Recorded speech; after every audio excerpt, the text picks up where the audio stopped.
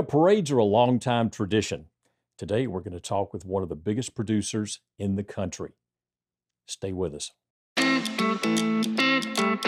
Welcome to Festival Soup, the podcast for festival, fair, and rodeo professionals. Join your host, Mike Baxter, a certified festival and event executive, as he brings you interviews from industry leaders, expert advice, and the latest updates from the world of fun-filled events. Whether you're working on a startup or managing an established, long-running event, Festival Soup has the ingredients for success. Hey, welcome to Festival Soup. Today we're talking parades, and we've got a friend of mine in here that puts on the biggest and best parade, in my opinion, in all the state of Texas. We've got Joe Vera. He's Assistant City Manager for the City of McAllen. Hey, Joe. Hey, Mike. Great to see you. Great to be here with you, and great to talk about parades. Yeah, I'm glad you're here. So let's start this off by what is it about a parade that brings a community together? Well, parade's all about celebration, and it's really about, to me, it's about the children. But a lot of it has to do with traditions and family and just the whole joy and wonder of a parade. And for us here in McAllen, of course, this is, we just celebrated our 10th year. We're going into our 11th parade. And we've been able to really build something that's pretty spectacular. We've had tremendous community buy-in and support for it. So people look forward to coming to the parade.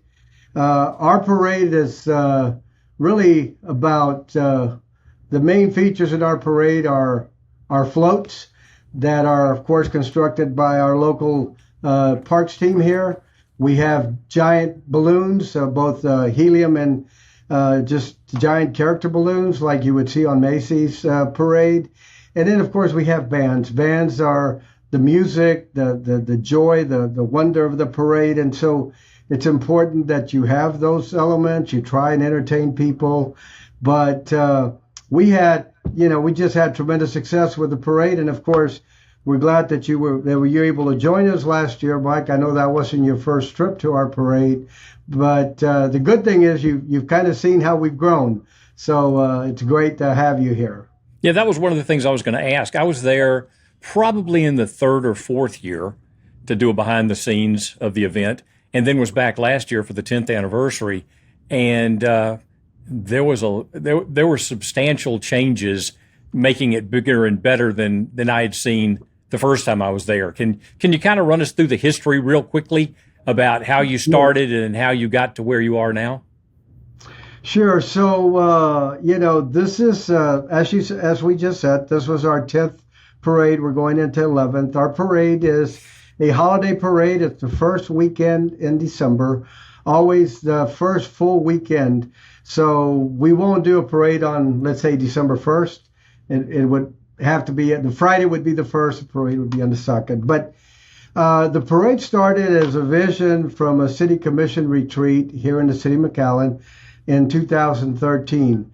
2013, the city had a retreat, and they all talked about trying to do different things. And one of the city commissioners at the time, Hilda Salinas, her idea that they walked away from the retreat with was to create just a beautiful holiday parade in McAllen. And part of that vision was that they have balloons like you see at Macy's. And so that was what got us here. And in 2014, City of McAllen hired me to come to McAllen and help them start this parade. And as you know, you and many of our friends in the industry, we've been in that business for so many years. So I never thought, Mike, that I would be producing a parade. And even though we all have parades, many of us have parades as part of our celebrations, but I never believed that I'd be doing one. But, it's been a great experience and a lot of fun. So that's what got us here. Commissioner got the city commission to buy into creating this holiday parade tradition in McAllen. And so that's been going on now for, this will be our 11th year coming up. And we've had tremendous success.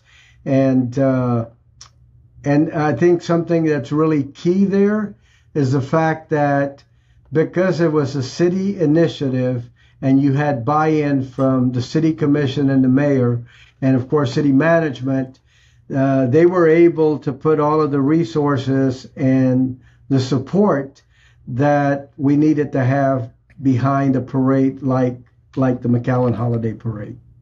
Yeah, back in the early days, what would you estimate the attendance having been?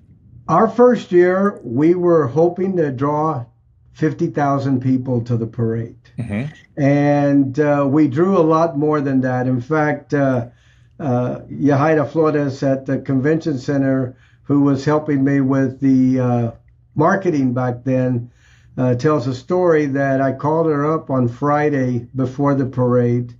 And I said, Yahaira, I'm not sure what we're doing to market this thing, but nobody knows about the parade, just you and I. I don't see where it is that you're marketing this thing. Well, the estimate we got for the parade attendance the first year was closer to 200,000 people. It was quite a parade, and what a mess we had, because never did we expect to have that many people. We were planning to communicate on our cell phones with each other.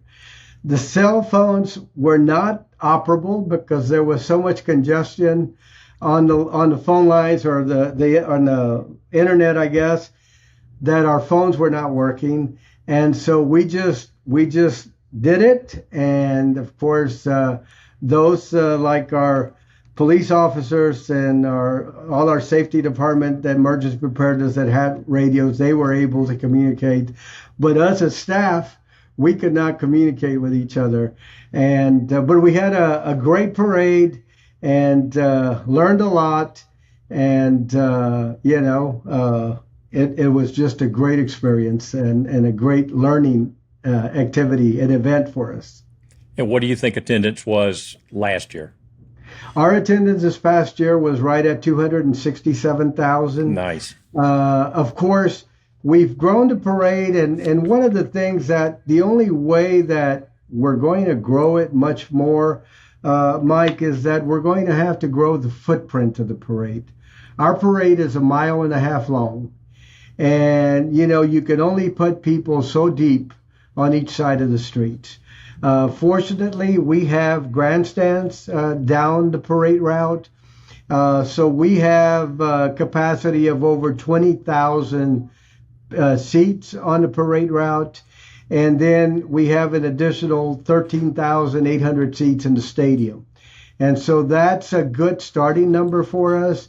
And then we have many, many people that just stand up and down the parade route.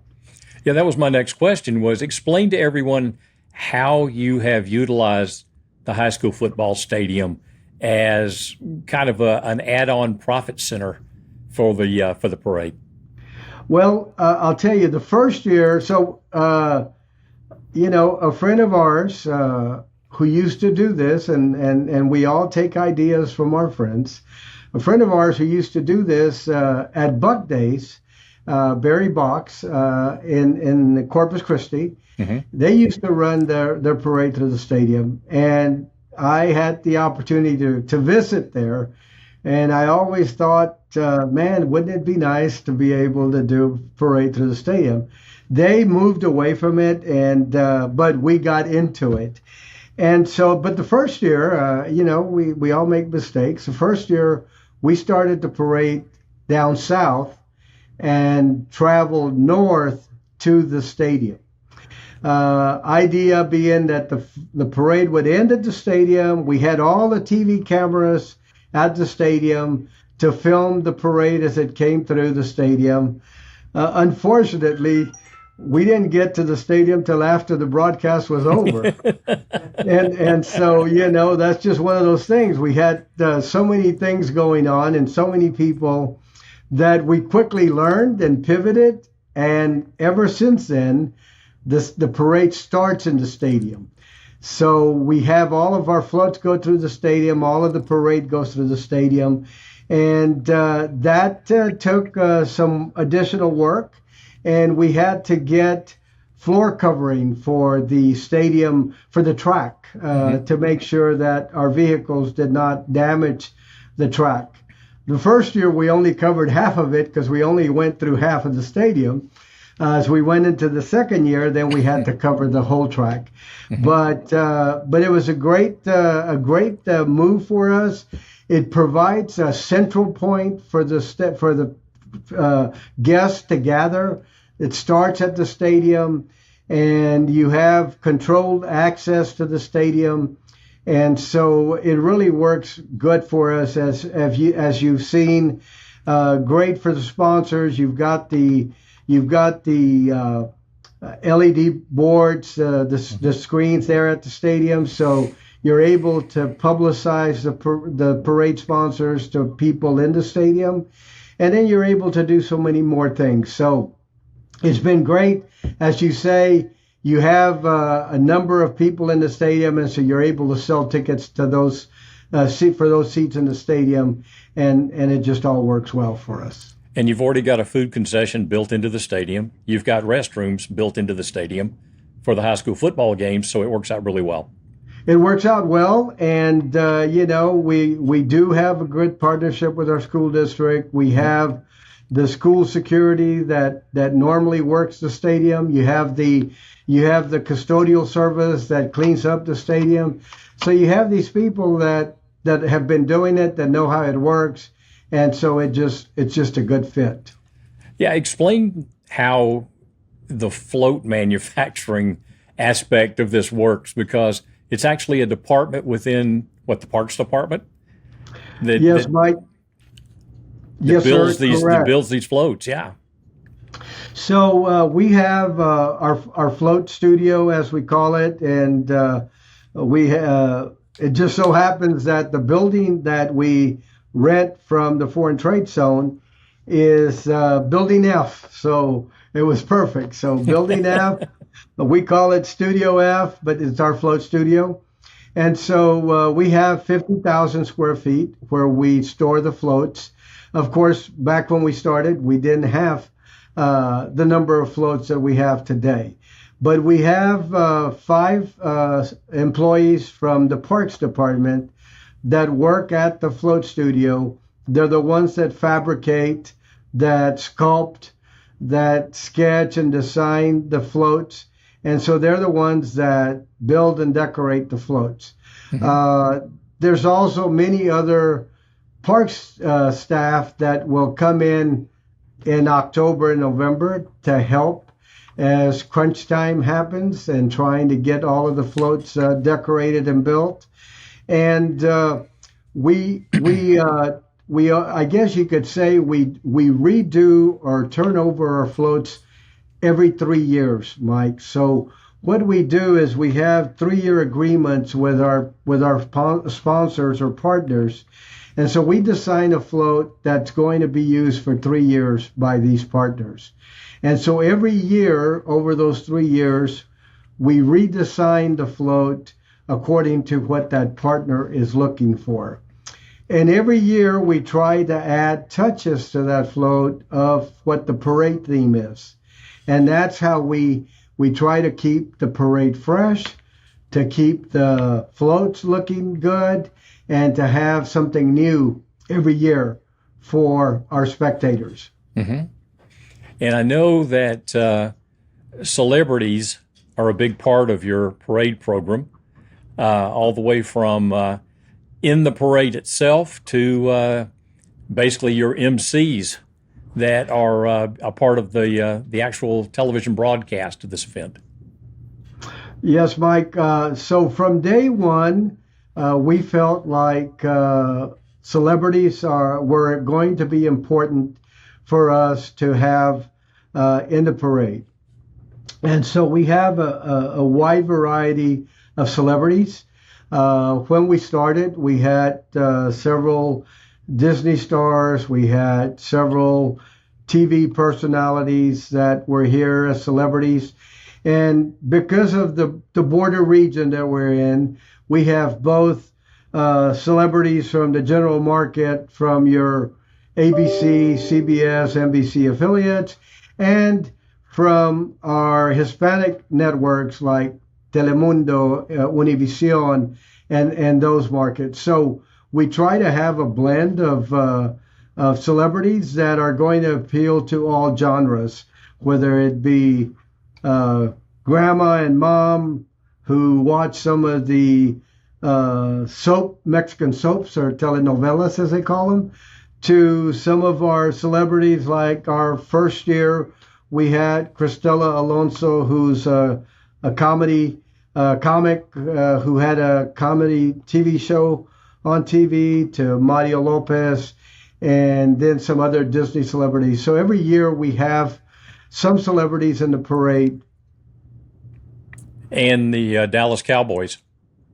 So the Dallas Cowboys became a big draw for us. We realized as we went through this parade celebrities, we realized that the Cowboys were a big draw to the spectators who came to the parade. Yeah. And really that came about as a partnership that we had with HEB and Kraft and other partners. We noticed that they were partners also with the Cowboys.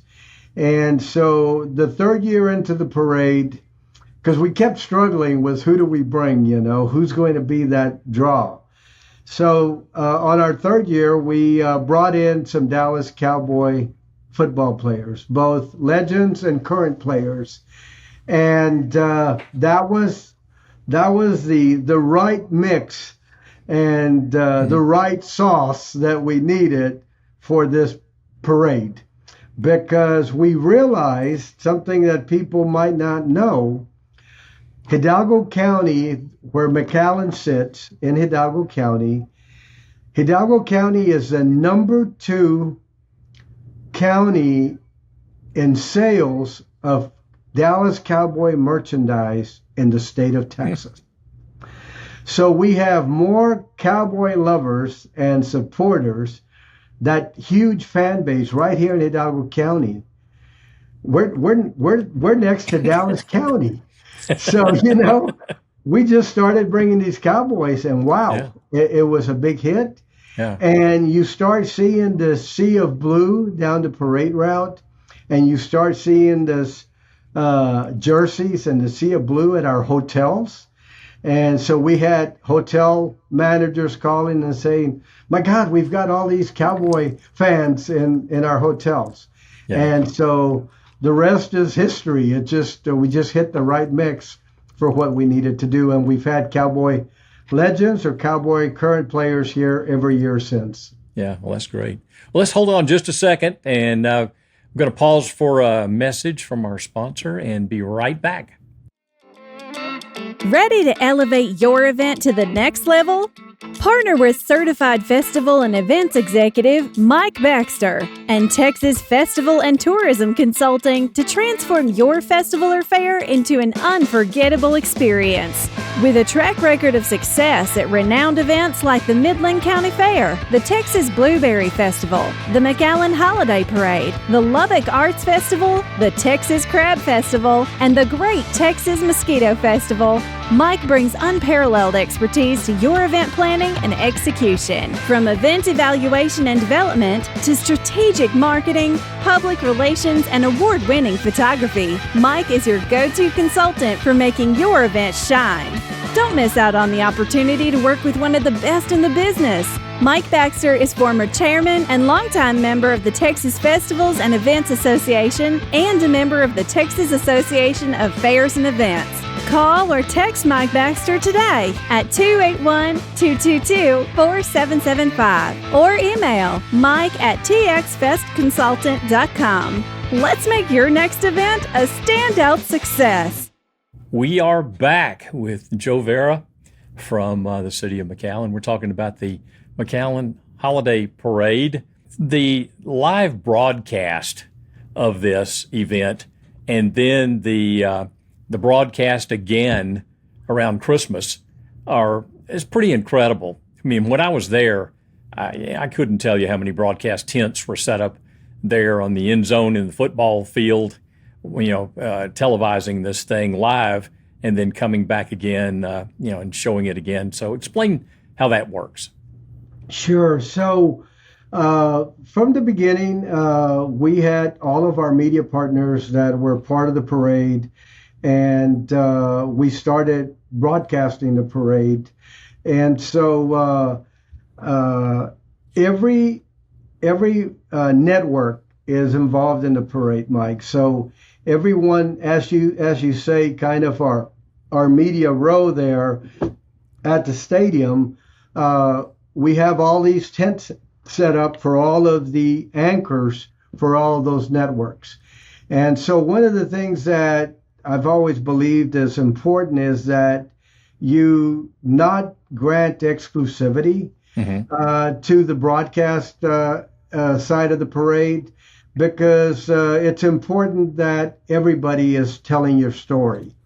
Now, one of the things that we do here in McAllen is we actually, through our McAllen Cable Network, which is our own TV station for the city, we actually provide the feed to all of those stations of what's happening on the field. And so the parade is being broadcast. So we have one camera that's actually capturing the whole parade as it happens. But we feed that to all of the other networks. And so you have all of them with their tents there, with their anchor teams that are broadcasting the parade. And they're all talking about these different elements that they come through the parade. But it's their own people telling their story and talking to their audience that they normally have. And so that has been really a very important feature for us. It's been great. The fact that all of our networks support the parade. But it's a real production, as you know, Mike, with the work that you do. So we have to take, and we do broadcast the parade live parade day. But then the parade is rebroadcast on Christmas Day and Christmas Eve, and then some New Year's Day. And it's broadcast in the 33 largest Hispanic markets in the United States, from Boston, New York, down to Miami, and on across to Texas and into Phoenix, and then LA and some of those markets. And in addition to that, it's broadcast across Texas in probably about 11 different markets, from the Rio Grande Valley to Laredo, Corpus Christi, San Antonio, Austin, Houston, Dallas, Fort Worth, and then Lubbock, Amarillo, San Angelo. And so that's through another one of our affiliates. But again, with the partnerships we have with our TV stations, that has been tremendous support. It is a broadcast that we time down to the minute. We know how many seconds every float can be on TV, and how many seconds minutes, really seconds, every band can be on TV. And so we have that time, because I told you earlier about the first year when we got to the stadium after the TV broadcast was over. Well, now we have to make sure that we push that parade through the stadium so Santa Claus can be seen coming through the stadium, and that's the last thing that you see on our parade. So it's all timed. We have a great team that is really watching those seconds and that timing to make sure that it's produced the way it needs to be.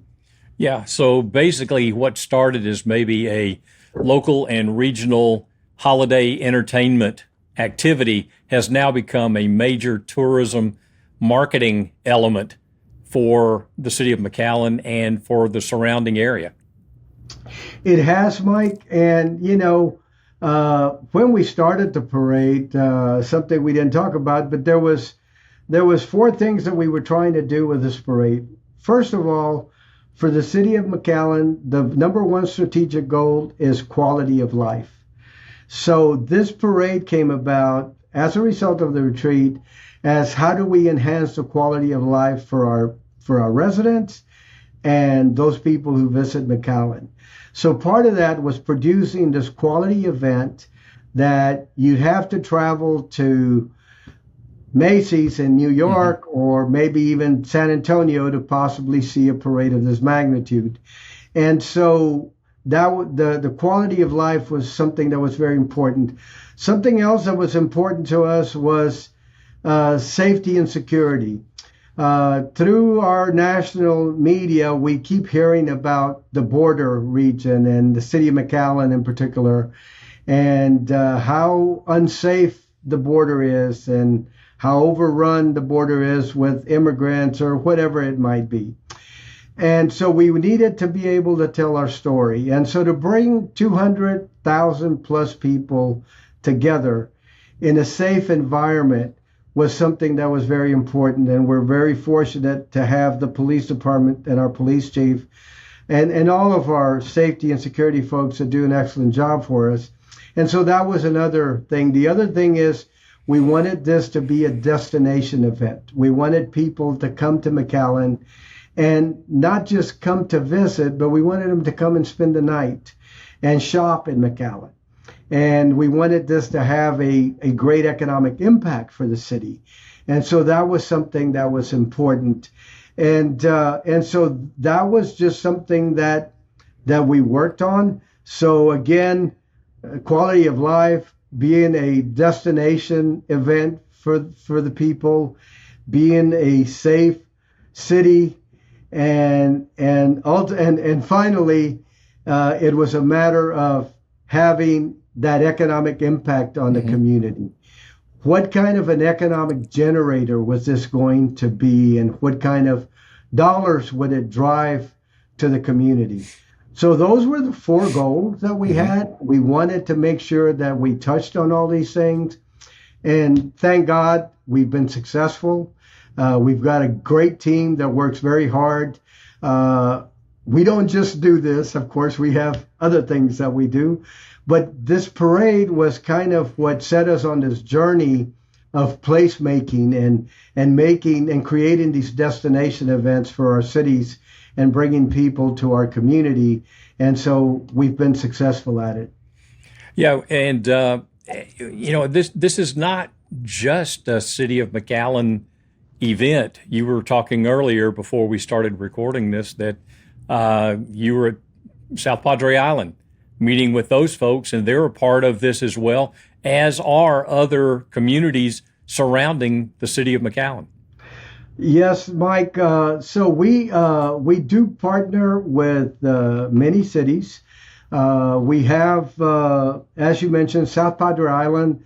They are a partner, and they actually sponsor what we call the Vuelta Zone, which is that balloon spinning tradition that we have here in McAllen. And so South Padre Island is a sponsor of that area, and of course they have a float in our parade. In addition to South Padre Island, I mean, we do have Fiesta San Antonio, the Fiesta Commission, the Flambeau Parade Association. They have their float in our parade every year. The Petite Strawberry Festival has their float in our parade every year. Washington's birthday celebration from Laredo, they come to our parade every year. Rio Grande Valley Livestock Show in Mercedes, Texas is here. Texas Citrus Fiesta from the city of Mission is here. So all of these cities come together here in McAllen to be part of this grand celebration that we have. And we also have international visitors, like the city of Puerto Vallarta has a float in our parade. And the city of San Luis Potosí will have a float in our parade this year. And then, of course, we've had our IFEA friends from Korea.